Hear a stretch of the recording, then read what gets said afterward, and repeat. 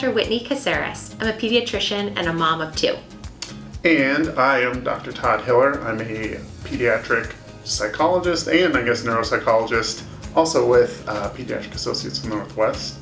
And we're here today. I have some questions for Whitney because I am about to be a dad for the first time in approximately 2 weeks if everything goes goes to plan. So here's my worries. They're numerous. Dr. Casares, I want to keep the baby alive and I want to eventually be able to sleep. I think sleep is probably the main focus of this video, but I think both can get touched on with this. So yeah, give me your knowledge, hit me with it. Yeah. And what I'm hearing is, I mean, you care about your baby. You want the absolute best for your baby already. It's not even here, right?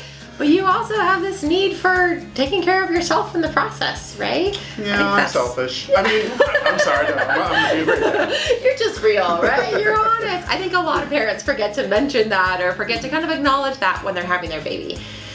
So the good news is there are some things that you can do that make it easier for your baby to sleep and for you to sleep in the first few weeks and first few months of life. The most important thing though, before we get there, I think is setting expectations about what's normal. Right. Normal is sleeping 8 hours a day with this newborn, putting it to sleep. No, that's walking not it. away. No, okay, fine. Not so much, right? Yeah, normal is so different. And the reason why normal is different after you have a baby is because there's no alignment between kind of your needs, between what you've been expecting and experiencing this whole time as an adult, and then what your baby is expecting. So when a baby is born, they have been in the womb, it's been dark, it's been noisy, they've been just like lulled to sleep all day long by the movement of their mom's belly.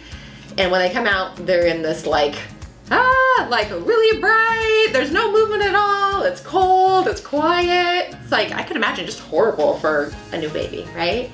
And so they don't understand like, oh, I'm supposed to sleep on this schedule, I'm supposed to do this now, I'm supposed to have this exact way that it happens. They're also confused about what's day and what's night.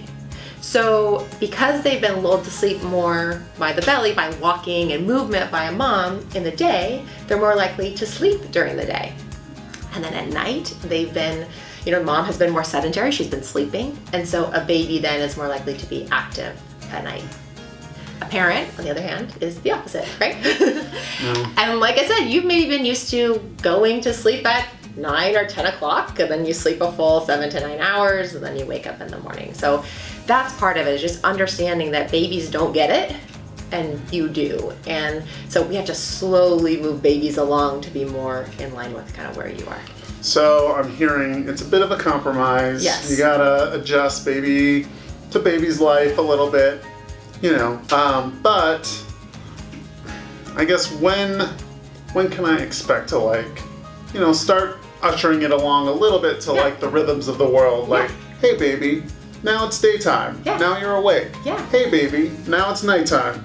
Please go to sleep because I need to sleep because I need to work. So, when can we start making that shift? Yeah. So the great news is you can start doing that from the very, very beginning. Okay. Yeah. So what you can do is during the day, have your baby be in the main room with everybody else. Don't have it be super quiet around your baby in the daytime. Feed your baby consistently. It's at least every 3 hours, we say, from start to start. So the start of a feed to the start of another feed, that should be no longer than 3 hours in between them. That helps your baby then get into the rhythm of, okay, I'm supposed to be more awake during the day. And then at night, try to mimic the womb as much as possible. Dark, loud, don't give this baby like hearing loss, but loud with a little bit of white noise going. Having them swaddled or wrapped tightly, sometimes helping them by swaying them a bit before they're going to sleep. That can help too, to get them kind of into that zone.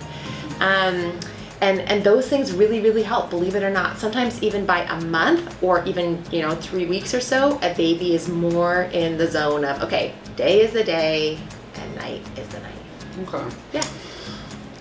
All right, anything that's like with sleep, like, oh my God, this is a huge warning flag, like, oh my God, my baby just something's wrong with my baby. It's not sleeping. I'm not doing this right. Everything's going wrong. Is there anything that... Yeah, I mean, so there's a couple factors that if you're going to your pediatrician's office and you're getting regular checkups for your baby, and if you're breastfeeding, if you're getting help from lactation, they will be able to tell you, okay, everything is going well with your baby, it's all going fine. Or it's not, and we need to intervene and we need to do something, and maybe your baby's too hungry and that's the reason why they're not sleeping, or they have an infection. I mean, there are some real things that we need to think about when babies don't sleep well at all. But the majority of the time, that's not the case. And I want to speak to actually, I mean, there's a lot of online courses that are out there about baby sleep, right? Not this one, but a lot of others. There are a lot of books that are out there about how to get a baby to sleep. And a lot of them are very regimented. Like, you need to sleep at this time, then have this level of activity for this specific amount of time, then eat, then sleep at this amount of time.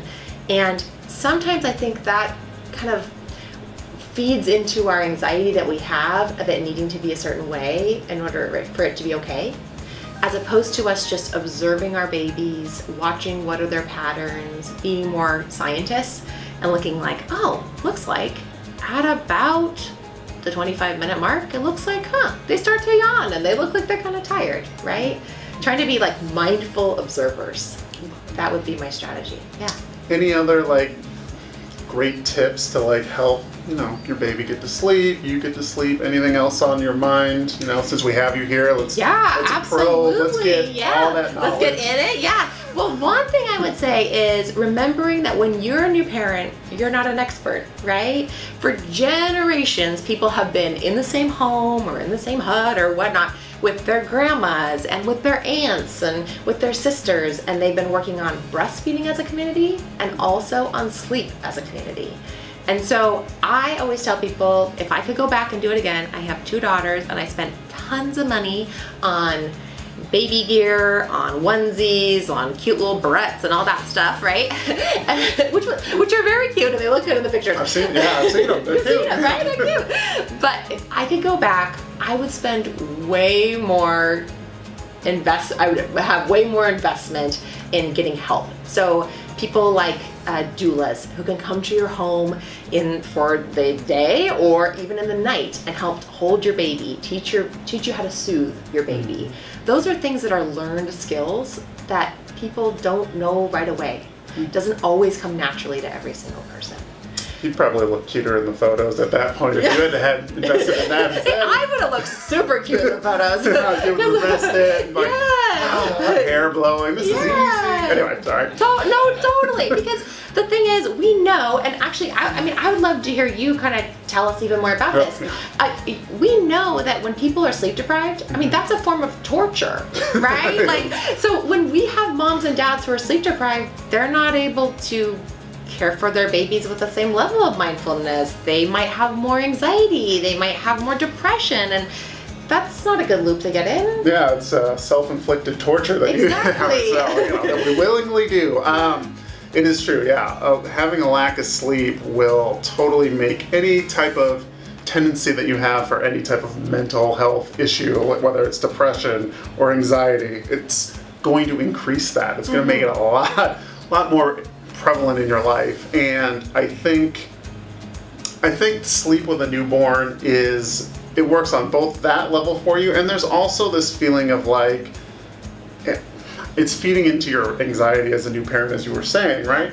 And also some guilt, like, well, if it's crying and I'm not good at this and I'm messing things up and this reflects poorly on me as a person.